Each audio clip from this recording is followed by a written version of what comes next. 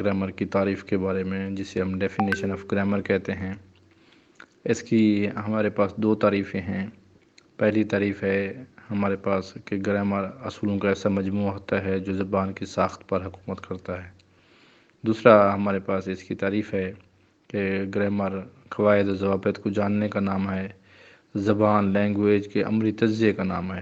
یعنی کہ اس کے ذریعے سے ہم یہ سمجھ سکتے ہیں کہ اس فقرے میں، اس گفتگو میں کوئی شخص کیا کہنا چاہتا ہے، اس کا کس زمانے سے تعلق ہے، اور وہ کس زمانے میں بات کرنا چاہتا ہے، بات کرنے والا کون ہے، اس کے اندر کیا گفتگو ہو رہی ہے۔ اس کے بعد ہمارا ٹاپک ہے ورڈز کے بارے میں، کہ ہمارے پاس سب سے چھوٹی چیز ہوتی ہے ورڈز۔ ورڈز کہاں سے بنتے ہیں؟ ورڈز لیٹرز سے بنتے ہیں۔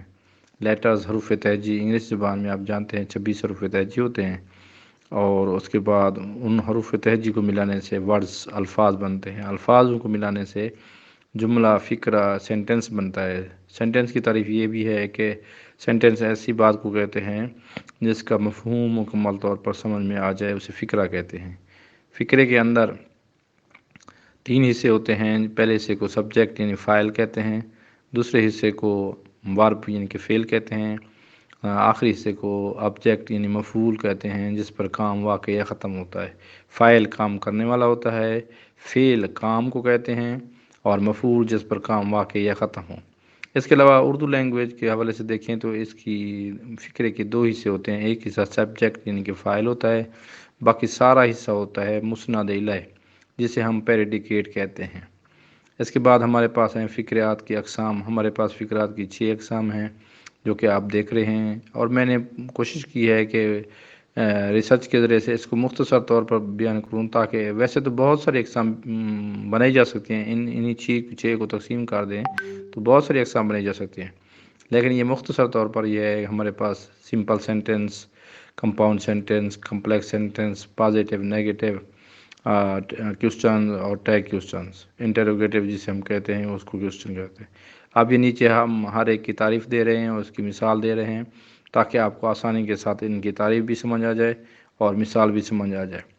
اس کے بعد ہم ان میں یہ بھی دیکھیں گے، جملے میں یہ چیز آپ کو 8ویں کلاس سے لے کر F A, B A, B S program تک ساری یہ گرامر کی چیزیں، تعریفیں آپ کو کام دے گی۔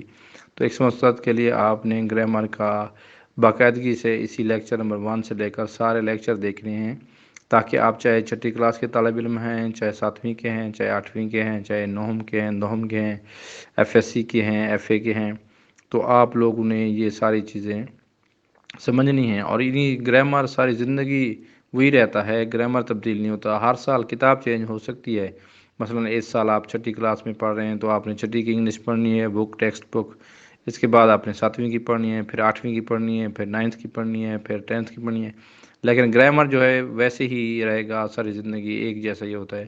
اگر آپ نے ایک مرتبہ یاد کر لیا کہ پارٹس آف سینٹنس 3 ہوتے ہیں اور ان کے نام یہ ہیں، اور فقرے کو پہچان لیا کہ فقرے میں یہ 3 حصے ہوتے ہیں، یہ حصہ سبجیکٹ ہے، یہ آبجیکٹ ہے، یہ ورب ہے، تو آپ کو ساری زندگی اس کے لیے بڑی آسانی رہے گی۔ اس کے علاوہ فقرات کی اقسام بھی آپ یہ کر سکتے ہیں۔ یہ فقرات کی 6 اقسام ہوتی ہیں۔ اب دنیا کا کوئی بھی فقرہ لے ہیں، یا تو وہ سمپل سینٹنس میں ہوگا، یا وہ کمپاؤنڈ سینٹنس میں ہوگا، یا پازیٹیو نیگیٹو میں شامل ہوگا، یا انٹروگیٹو میں شامل ہوگا، یا وہ شامل ہوگا ٹیگ کوسچن میں شامل ہوگا۔ ان 6 اقسام میں ہی شامل ہوگا، ایسے باہر نہیں جائے گا۔ اس کے بعد ہمارے پاس اگلا آسان ٹاپک ہے، وہ ہے آرٹیکل کے بارے میں۔ آرٹیکل آپ کو پتہ ہے حروف تنکیر کو کہتے ہیں۔ حروف تنکیر 3 ہوتے ہیں، اے، این اور دی۔ اے اور این، ان کو ایک حصے کو ڈیفینیٹ آرٹیکل کہا جاتا ہے، باقی دی کو ڈیفینیٹ کہتے ہیں، اور اے اور این کو انڈیفینیٹ آرٹیکل کہا جاتا ہے۔ اور اس کی آسان تعریف یہ ہے کہ اے کو ہم وہاں استعمال کرتے ہیں جو جس فقرے میں، جس لفظ میں وہ الف کی آواز نہ دے، جو فقرہ، جو لفظ، تو اس میں اس سے پہلے ہم اے استعمال کریں گے۔ ٹھیک ہے، چاہے وہ واول سے ہی کیوں نہ شروع ہو جائے، تو اپنے اس سے پہلے اے استعمال کرنا ہے۔ اگر آئین استعمال کرنا ہے تو اس لفظ سے پہلے ہم استعمال کریں گے، اس ورڈ سے پہلے ہم استعمال کریں گے۔ انگلش کا جو ورڈ الف سے الف کی آواز دے گا، مثلا ایپل ہے، یہ ہم اس سے پہلے این لگائیں گے۔ امبریلا ہے، ایلیفینٹ ہے، آنیسٹ مین اگرچہ یہ واول سے شروع نہیں ہوتا لیکن اس سے پہلے ہم عین لگائیں گے کیونکہ ایچ جو ہے وہ انگلش لینگویج میں الف ماد آ کی آواز دے گا۔ اس کے بعد ہم نے یہ اس کی مثالیں ہیں، آپ لوگوں نے ان کی مثالوں کو یاد کرنا ہے۔ اور انگلش لینگویج کے لیے آرٹیکل، ہر فقرے میں آرٹیکل کا استعمال 90% لازمی ہوتا ہے۔ آپ کو فقرے کو سمجھنے کے لیے آپ کو 5 چیزوں کو سمجھنا پڑے گا کہ نمبر 1 آپ کو پتہ ہونا چاہیے کہ اس فقرے کے کتنے حصے ہوتے ہیں، اور یہ جو فقرہ ہم جملہ پڑھ رہے ہیں اس میں سبجیکٹ کیا ہے، آبجیکٹ کیا ہے، ورب کیا ہے۔ اس کے بعد آپ کو یہ پتہ ہونا چاہیے کہ اس کا ٹینس یعنی کہ زمانہ کیا ہے۔ اس کے بعد آپ کو پتہ ہونا چاہیے کہ اس فقرے کی یہ کون سی قسم ہے، 6 اقسام میں سے، کائنڈز آف سینٹنس میں سے یہ کون سی اقسام ہے، اور اس میں سے پارٹس آف سپیچ میں سے جو 8 ہوتے ہیں پارٹس آف سپیچ، ان میں سے یہاں پر کون کون سی چیز شامل ہوئی ہے یا کون کون سی چیز ہمارے پاس استعمال ہوئی ہے۔ اس فقرے میں ناؤن استعمال ہوا ہے یا ناؤن نہیں ہوا تو اس کی جگہ پروناؤن ہے، پروناؤن اس میں ہوا ہے تو کون سا پروناؤن استعمال ہوا ہے، اس کی کون سی کائنڈز ہے۔ اس کے بعد ہمارے پاس اگر ورب ہے تو ورب کی کون سی قسم ہے، ایڈجیکٹیو ہے تو اس کی کون سی قسم ہے۔ یہ ساری ڈیٹیل آپ بالکل اگر آسان انداز میں سمجھیں گے تو انشاءاللہ میں آپ کو کوشش کروں گا کہ آپ کو ہر چیز بالکل آسان انداز میں سمجھا دوں تاکہ آپ لوگوں کو گرامر آسانی کے ساتھ سمجھ آ جائے، اور اسی گرامر کی ہی بنیاد پر آپ انگلش لینگویج کو آسانی کے ساتھ سمجھ سکتے ہیں۔ اور اس کے ساتھ اگر آپ بہاولپور بورڈ کے امتحان دے رہے ہیں، 8ویں کلاس کے آپ پیکنگ ایگزام دے رہے ہیں، یا 9th 10th کے بہاولپور بورڈ کے امتحان دے رہے ہیں، یا ایف ایس سی کے امتحان دے رہے ہیں، یا بی ایس یونیورسٹی کے کسی شعبے کے بی ایس کر رہے ہیں، تو انگلش لینگویج کو سیکھنا آپ کے لیے بہت لازمی ہے۔ تو چونکہ ہر انگلش کمپلسری ہے، ہر جاب کے لیے، انٹرویو کے لیے، ہمارے پاس ٹیکنالوجی کے لیے، ہر جگہ جانے کے لیے، باہر ممالک میں جانے کے لیے انگلش لینگویج سیکھنی پڑے گی۔ اگر انگلش لینگویج کے لیے سمجھنا ہے تو آپ کو گرامر سمجھنا پڑے گا، اور گرامر سمجھنے کے لیے پہلے اس کی بنیاد سمجھنی پڑے گی کہ گرامر کیسے شروع ہوتا ہے، گرامر لینگویج میں چھوٹی چھوٹی چیزیں کون کون سی ہوتی ہیں، ہم نے ان کو کیسے سمجھنا ہے۔ تو سب سے پہلے آپ اپنے ذہن میں یہ رکھیں بات کہ ورڈز کسے کہتے ہیں، لیٹرز کسے کہتے ہیں، لیٹرز کی تعریف کیا ہے، اس کے بعد سینٹنس کی تعریف کیا ہے، اس کے بعد آرٹیکل کی تعریف کیا ہے۔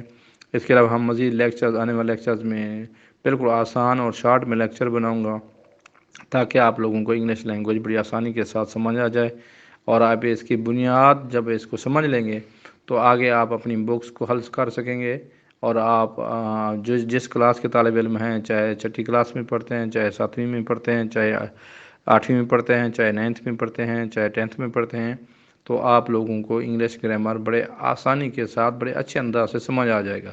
اور انشاءاللہ یہ لکھا ہوا گرامر میں آپ کو واٹس ایپ بھی بھیج سکتا ہوں۔ اگر آپ کمنٹس کے سیکشن میں اپنا واٹس ایپ نمبر لکھ کے نام لکھ دیں تو یہی گرامر، یہی ٹاپک، یہی لیکچر آپ کو PDF کی شکل میں بھی بھیج دیا جائے گا۔